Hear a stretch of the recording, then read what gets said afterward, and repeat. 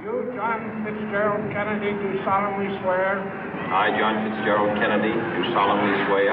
That you will faithfully execute the office of President of the United States. That I will faithfully execute the office of President of the United States. And will, to the best of your ability.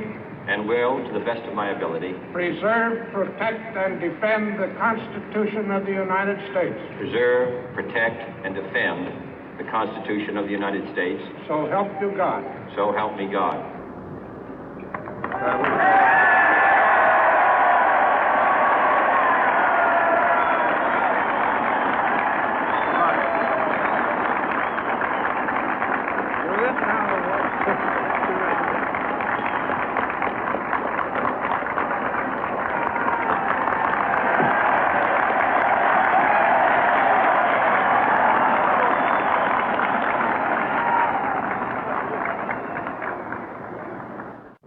Vice President Johnson, Mr. Speaker, Mr. Chief Justice, President Eisenhower, Vice President Nixon, President Truman, Reverend clergy, fellow citizens. We observe today not a victory of party, but a celebration of freedom, symbolizing an end as well as a beginning, signifying renewal as well as change. For I have sworn before you and Almighty God the same solemn oath our forebears prescribed nearly a century and 3/4 ago.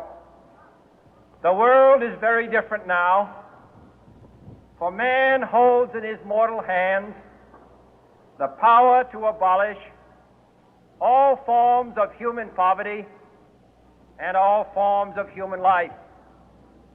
And yet the same revolutionary beliefs for which our forebears fought are still at issue around the globe. The belief that the rights of man come not from the generosity of the state, but from the hand of God. We dare not forget today that we are the heirs of that first revolution. Let the word go forth from this time and place to friend and foe alike that the torch has been passed to a new generation of Americans born in this century, tempered by war, disciplined by a hard and bitter peace, proud of our ancient heritage, and unwilling to witness or permit the slow undoing of those human rights to which this nation has always been committed and to which we are committed today at home and around the world.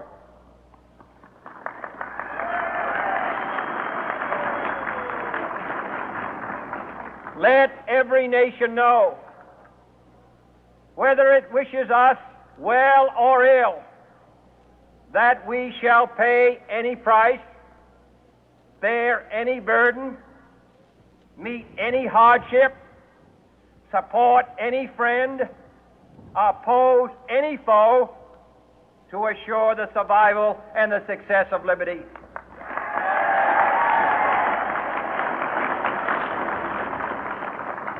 This much we pledge and more. To those old allies whose cultural and spiritual origins we share, we pledge the loyalty of faithful friends. United, there is little we cannot do in a host of cooperative ventures. Divided, there is little we can do, for we dare not meet a powerful challenge at odds and split asunder. To those new states whom we welcome to the ranks of the free, we pledge our word that one form of colonial control shall not have passed away, merely to be replaced by a far more iron tyranny. We shall not always expect to find them supporting our view, but we shall always hope to find them strongly supporting their own freedom, and to remember that in the past, those who foolishly sought power by riding the back of the tiger ended up inside.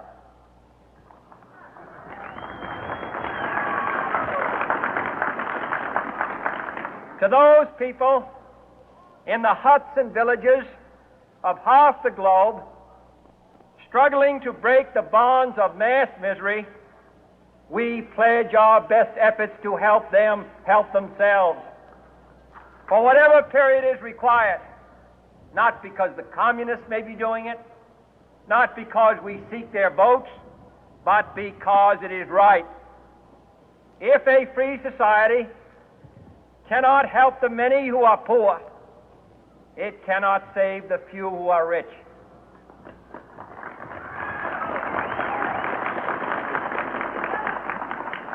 To our sister republics south of our border, we offer a special pledge to convert our good words into good deeds, in a new alliance for progress, to assist free men and free governments in casting off the chains of poverty. But this peaceful revolution of hope cannot become the prey of hostile powers. Let all our neighbors know that we shall join with them to oppose aggression or subversion anywhere in the Americas. And let every other power know that this hemisphere intends to remain the master of its own house.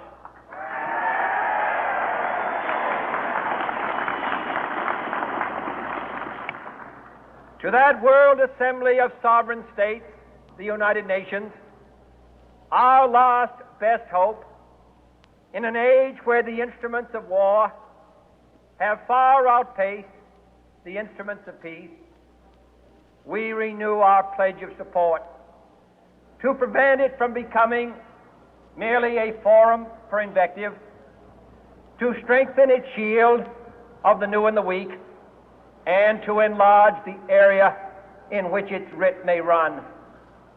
Finally, to those nations who would make themselves our adversary, we offer not a pledge, but a request that both sides begin anew the quest for peace.